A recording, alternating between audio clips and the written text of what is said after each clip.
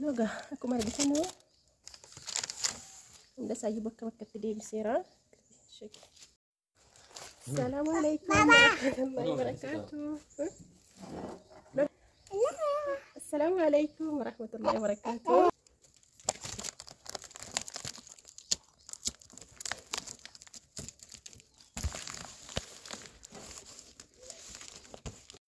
السلام عليكم ورحمة الله وبركاته. كبجمتوت خردفتوت صالحة امتيوب جرجرتونا غاكي سني ايما قبدو الحمد لله انغا كوتي اغا هدو تكو ببدين ترى يوتيوبي راها مگر ولتدي بني جرا حالو ما قلين ساتي اكون بكم غيرم ما كان بيا كينيا غنا لفتي غنا حالو ما قلين ساتي والقبتي تكو اكا قراس كقفاس سغلين كو سلاون جرتو سيدما يونا جلا بلي سيتري كانوا كان كيسم بدي اغا هر هدون كسيرو نكس يوتيوب رابدو فيديو قديسو ديسو ما شاء الله عليكم الرهدون كسنجو صالح مالتاتي نغامتي يوتيوب رت سيارغان جرو ماليف بدتني الرهدون كسن ايافتنا بربادو يچو دبايتكو غدتوما ربين كيري هنداني سينها بربادو egaa har'a kuno akkuma argitan meeshaa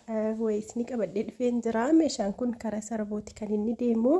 Obboleettiin ko tokko kanaan durallee mafarrashaa maatiidhaaf illee ofiifillee ajajattee turte Ramadaan keessa wahii jechuudha. Ramadaanuma darbe sana ittiin gaheen ture afeellee sin agarsiiseen ture.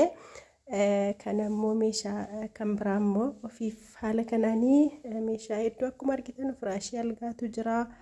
TV standii tu jira. TV waliin jechuudha. Meeshaa kana hunda isaa tokko tokkoon inshallah gatii isaanii isinitti hima. Kaxumura viidiyoo kanaatti na waliin tura. Sagaleen an sila irratti seesuni qodaa yeroon tuttuqu waan akkasii kosh namatti iyya jechuudha. Sanayyuu viidiyoo biraa keessa yeroon dhaga'u sagalee makkatti dhaggeeffatan hin jiru. Qodaan hedduu tokko sagaleerra isa qodaan iyyutu namatti iyya jechuudha. Kanaafani akka jirutti irraa balleessee kan biraa isinii qabaa jira. Egaa akkuma argitan rakabootiin kuni rakabootii mastawtiidha. Ifaan qabu warqii intini geexiidhuma keessaa sanatu ofiisaatiin achuma taa'ee geexii suni ifee bareeda ofumaan malee ibsaa dimlaayitiin qabu jechuudha. Waan sakkaamee ifu wahii hin qabu. Isarrasa kana wayyasa geexii ofiitiin of danda'e achumatti bareedu wayya. Maaliif jennaan dimlaayitiin sun yeroo keessa inuma baddi jechuudha. Sanammoo dimlaayitii mastootii sana bannee dimlaayitii haaraa keessatti qayyaruu hin dandeenyu. Sanaaf sun akkuma sanatti hafaa. Kun immoo ammuma rakabootichi ture ifaan yookiin bareedumni isaa keessa akkuma sanatti bareedaa ta'a jechuudha. Kun akkuma argitanu maateriaalii isaati.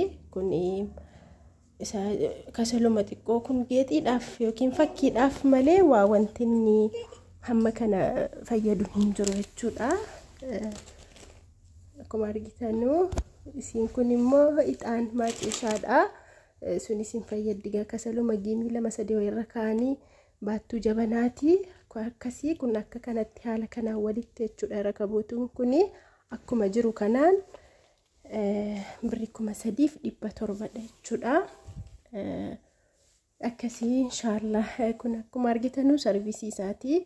Siinirra keessanii ala bunni bu'ee siinirra keessanii kan ittiin namaa dhiyeessitan jechuudha. Sufraa kanaaf qircaatii kana waan akkasii immoo sakka kanaan hojjechiisettee hamma miti jechuudha. Tajaajila kana kan isiin himatte yeroo mafarrashaa sana kennattudha kan isiin kana kennatte. Yeroo mafarrashaan sun ba'utti sufraan kun hin baane ture. Erga bahee immoo ana bira ture jechuudha. Meeshaa biraan daddabaladha gatii teennaan simma bira haa ta'u ennaan bira ture sufraan kun akkuma argitan lamman fuunduraa qofaanii miti. Lamallee qixxeen duddubbaan itti dabalame hammuma rakabootiif gaha jedhamee yaadamutu hojjetame. Qircaatiin kunillee akkasuma kuno kan qursii itti dhiyeessanullee qabdi jechuudha. Walumaa galatti sadan kuni birrii 1,500 hojjetameef jechuudha. Yeroo sanatti hamma gaa doolaaraan wal qabsiisanii wanti hin daballe hin jiru. Wanti raafuu waanuma biroo keessaa qotanii illee facaafatanii gabaatti baasan fa'itu dabale jechuudha. Maaliif wanti hundinuu dhugaadha. al tokko meeshaan daballaa wanti hundi wal duuka deema jaratti si murteeffamu walumaa galatti wanti hin dabaliin hin jiru jechuudha. Doolaarri dabaluu wal qabatee amma gaa kanan barree yeroo sanatti birrii 1,500 nan hojjechiiseef jechuudha. Askara kanatti yeroo deebinu masoobii isaa tokkoffaa jedhamudha kuni cimaa bareedaa isaatii guddinni isaallee akka viidiyoo irraa miti guddaadha gahaadhuma biddeen manaatii kan ta'udha. Masoobiillee yeroo bittanu an gaafa jalqabaa mana kootii bitu shawwadameen jira maaliif hin bicate jechuudha keessoon isaa hin gaha jedhanii natti gurguranii eelee ibsaatiif biddeen eelee ibsaatti tolfamu hin gaha jedhanii natti gurguranii garuu biddeena daariidhaan dachaasee na cinqa jechuudha. Kanaaf yeroo bittanu isa keessaa guddaa bitachuu qabdan jechuudha masoobii. Akkasii gatiin masoobii sanaa birrii 2,500 gatiin safeetii birrii 250 akkasii gaa yeroo sanatti. Meeshaan kuni qixxeensaa erga doolaarri dabaleeyyii qixxeensaa erga doolaarri hin dabalini jechuudha kan bitame wanta muraasa qofa kan akkasitti bitame jechuudha. Kana fakkaataa TV'n illee qodaa isaa guutuu wajjinii akkasuma TV standii kunillee akkuma argitan isa TV'n itti fannifamu wajjinidha kan inni gurguramu. TV'n qodaa guutuu wajjin yeroon siniin jedhu diishii waan hunda dabalateeti. Akkuma argitan TV standiin masaabaa 2 fi barrii tokko moo 2 barriin sun akkas of biraa qaba. Masaabaa sanallee yoo barbaadan walitti siksitanii qaawwa sana duuchitanii ani harka tokkoon bilbila qabeen jira naamijaa'uu didee walitti sikseesin agarsiisuu jedhee walitti siksitanii jechuu dandeessu yoo barbaadan immoo akkas walirraa siksitanii jidduu sana waa kaa'achuu dandeessu. Hundaafuu akka barbaadan itti fayyadamuu dandeessu jechuudha. Walumaa galatti gatiin TV standii kanaa birrii 9,000 jechuudha. Qodaan bitu hundasaa gatii isaa waliinidha kan inni isiniif ibsu. Akkasii kana fakkaataa filannoodhuma siitiin kanan bitee fi akkasuma immoo waan isin bira jiru waan of biraa jaallattanii qabdan jechuudha. Akka tizaazii keessaniin isiniif hojjetamuu danda'a jechuudha. Malee suma jiru qofa miti filannoo keessaniin bifa barbaadaniin isiniif hojjechiisamuu ni danda'a inshallah. Egaa inni taanu firaashii algaa kana firaashii algaan kun firaashii boondidii qulqulluu boondidii isaa andeenyaarraa hojjetamedha. Akka firaashiin akkana ta'uu qabu sila jira miti firaashiin hodhameetuma faabirikaarraa jechuudha hodhamee kan bahu jira. Sun garuu yeroo baay'ee maanni namni firaashiin kun andeenyaadha boondidii isa jedhamu dhugaan boondidii suma cimaa andeenyaa sana jedhamee nama shakkisiisa. Kanaafi sana shakkii sana hundarraa isa kanatu gaariidha. Boondidii duwwaatu Finfinneerraa dhufee ka'ee carqeensaa sitti todhamaa akkuma argitanu ispoonjiin kun laslashaan jechuudha. Maaliif boondidichi ni jabaata gatii ta'e jennaan akka namatti hin jabaanneef kun ispoonjii isa yabbuu kana laslashaa akka godhamee irratti maxxanfamee ka'ee achiin carqii immoo bifa barbaadaniin akka barbaadaniin sadarkaa barbaadaniin carqiin irratti isinii hodhama. Akkasii duwwaasaa dhufa jechuudha boondidiin Finfinneerraa faabirikaarraa achi ka'ee carqii isaa sitti isinii hodhisiisa. Haala kanaan qodaa qulqulluu ta'uusaa akka kanatti ziippiidhaan hojjetama. Sa'aatii barbaadan carqii isaa kanallee ziippii kana bantanii irraa miiccattanii itti deebisuu dandeessu. Garuu baay'ee tokko ulfaata. Firaashiin kun namni 2 danda'ee ol hin kaasu. Garuu namni 2 jajjabaan 2 ol kaasaa. Humna keenyaa miti garuu humna keenyaa olidha. Akkasii humna barbaada jechuudha baay'ee tokko ulfaata. Garuu firaashii jabaa cimaa bareedaadha kan ol hin jenne gadi hin jenne. Akkasii kana fakkaata. Firaashiin kun meetir kaamsaadha. Birriinsaa birrii 20,000 osoo doolaarri dabale hin jedhamin jechuudha. Kanallee kan hin ajajee fi akkuma sana. Egaa ittaansuudhaan ikkoosaan daabboo maashinii kana yeroo baroo bitameef illee inni illee na bira ture. Yeroo ammaa kana yeroo utuu doolaarri hin dabalin jechuudha. Maashinichumti daabboo kun yeroo darbe isinitti viidiyoo wayiidhee ji'ayyuun gunne maashinii uffataa fi maashinii daabboo kana beeksiseen ture jechuudha. Yeroo sana qarshii 12,000 bitamee xiqqoo ture ragaalaa yeroodhuma sanayyuu. achiin qarshii 12,500 ta'ee 13,000 ta'ee buletti keenya kana qarshii 13,000 nan bitee jechuudha. Doolaarri dabaluu maaliin wal qabatee miti akkasumaan taa'ee dabalaa ture inni ofii isaatii. Achi ka'ee yeroo ergan immoo kana bitee ka'ee guyyuma 2-3 booda 14,000 ta'ee achi ka'ee 15,000 jechuudha. Yeroo ammaa maashiniin daabboo kuni badaa tokko daddabalaara jechuudha gatiin isaa. Isa andeenyaa ta'uu isaa ka yeroo darbe isinitti himeen ture kunoo asirra ikkoo isaan jedhee ofii isaatiin irratti barreeffama isaatiin irratti barreeffamee jira. Paatiraa 3dha. Inni kuni daabboo kiiloo tokko walakkaas duqeeti jechuudha. Waan akkasii keekii wantoota garagaraatti hojjetachuu dandeessu. Abbaa paatiraa 3dha. Jidduma galeessa ta'eeti jechuudha. Sadarkaadhaanii akkuma argitan paatiraa isaa irratti illee ikkoo isaan jedhamee barreeffamee jira. Akkasii gaa akkuma isinitti himee gatiin isaa qarshii 13,000dhaan hin bitee fi amma garuu 15,000 jedhanii torbee dura jechuudha. Amma immoo akkamitti akka inni jiru ani hin beekne. Kan inni lammaffaa sun immoo daabboo kiiloo 3 itti daffachuu dandeessu. Faxaayiraa, biizaa wantoota garaagaraallee itti hojjetachuu dandeessu jechuudha. Inni kun immoo kiiloo 3, 5, 4 ni qabata jedhama. Akkasii garuu dhibbatti aan ofii kootii itti tolchee hammana qabata isa jedhu hin beeku. Akkasii kaa yeroo tolchitanu baalatti gootu jechuudha. Jalatti sirra keessattis paatiracharratti baala godhaa. Maaliif yoo duwwaa baala duwwaatti gootanii daabboo ta'e bareedee namatti hin tolu. Yeroo fayyadamtanuu baala godhaa. Waa tokko rakkoo hin qabu. Ibsaadha waan akkasii baalli rakkoo qabaa jettanii yaadina. Akkuma difoo kamitti daffattanu baalaan daffachuu dandeessu jechuudha. Kana fakkaata baay'ee tokko salphaadha. Bakka barbaadan baattanii geeffachuu dandeessu. Qodaa oriijinaala ta'edha jechuudha kuni. Ani kun meeshaa qulqullina qabudha kanan bitu garuu waa kana faarsuu jejjuu kana jedhama miti waan kana amala kooti miti. Yeroon bitu meeshaa bareedaadha jechuudha kanan bitu garuu meeshaan kun baay'ee tokko bareedaadha maali jedhee isa faarsamu immoo yeroo hundaa afaanitti nan nufu hin barre gatii jennaan. Akkasii isinigaa meeshaa gaarii akka ta'e isinuuni hubattu jedheen abdii qabaa. Egaa viidiyoo irratti dhugaadhaan beeksisu viidiyoo miti qaamaan yeroo meeshaa tokko bitamu qaamaan hin beeksisu nama waa'ee meeshaa beeku yoo ta'e malee. Akkas istoofiin kun illee istoofii abbaa lamaati. Qarshii 2,000 hin bitee fi amma dabaleera. Doolaarri dabalee kun illee dabaleera jechuudha. Qarshii 2,000 wayii ta'eera.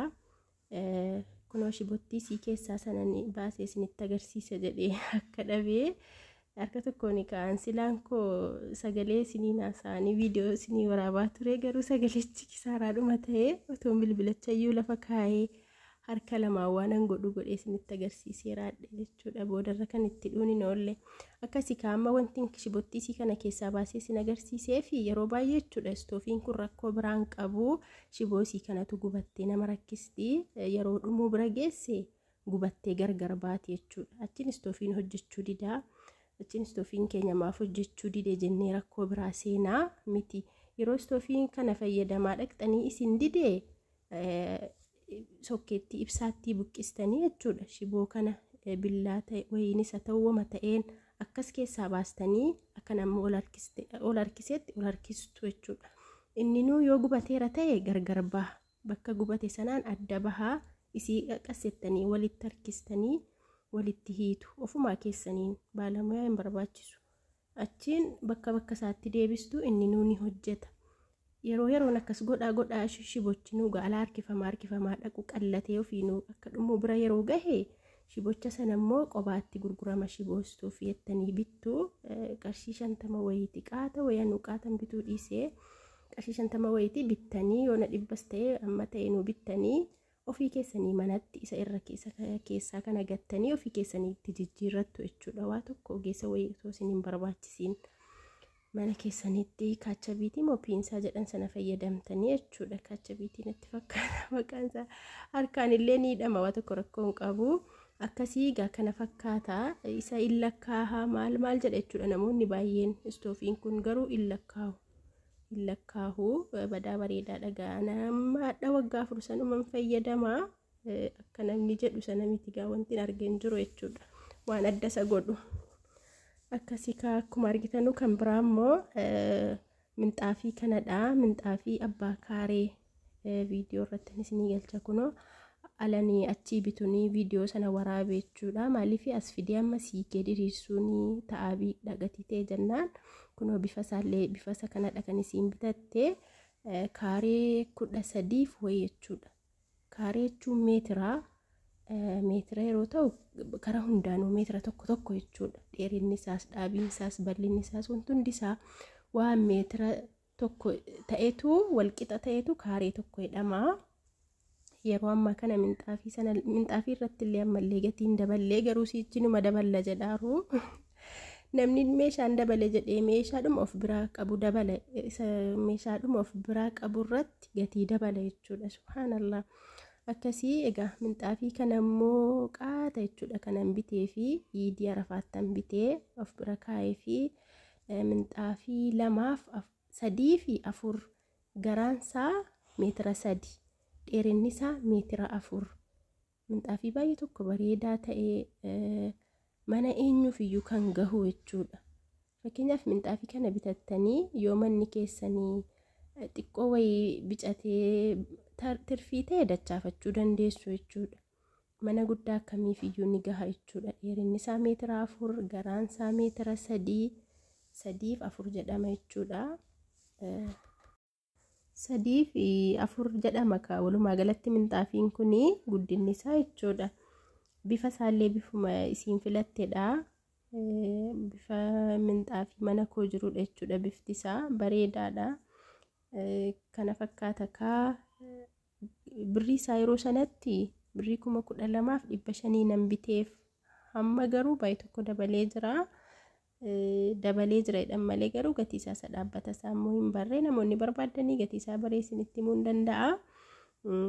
Egaa minxaafii isa kaaree sana jala afattee kaate isa kana irraan afatti isa kana baasanii miicuun salphaadha. Inni kaaree suni ni ulfaata yeroo bishaan yeroo miicamullee dafee hin gogu. Isa kana irra keessa yoo afanne garuu inni sun jala taa'ee minxaafii isa kanallee qabaa bareechaa nu fayyada.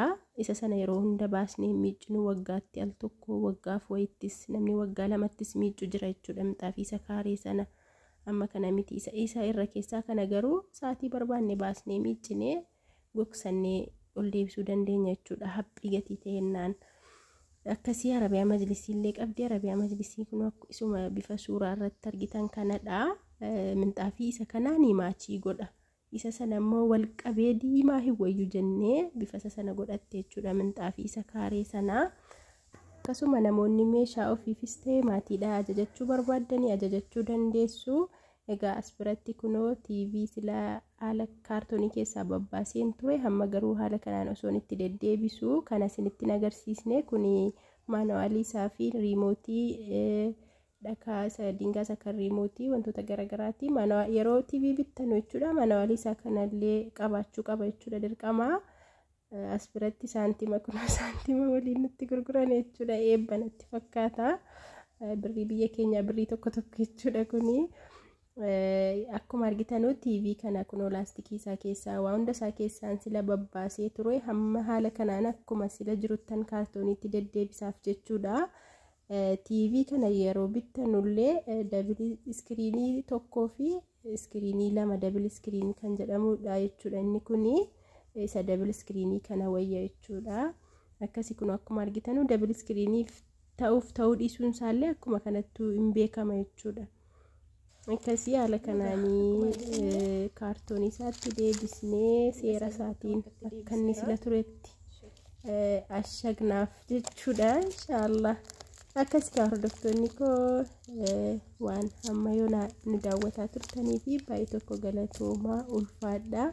Akkasuma kaan namoonni hanga yoona na daawwattanillee viidiyoo kana laayikii godhaa yoo hin godhin taataniif jechuudha. Akkasuma namoonni illee sabskiraayib osoo hin godhin sabskiraayib godhaa hin godhne sabskiraayib godhaa jechuudha.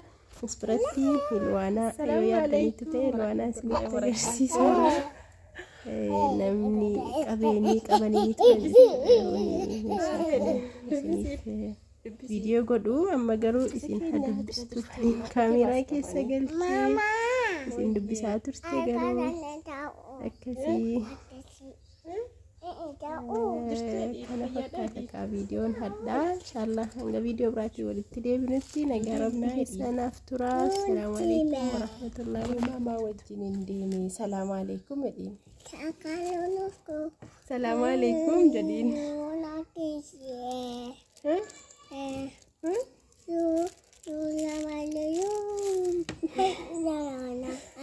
أركباسي كفاني بستو يدين أكام جدين أكام جدين كم هافو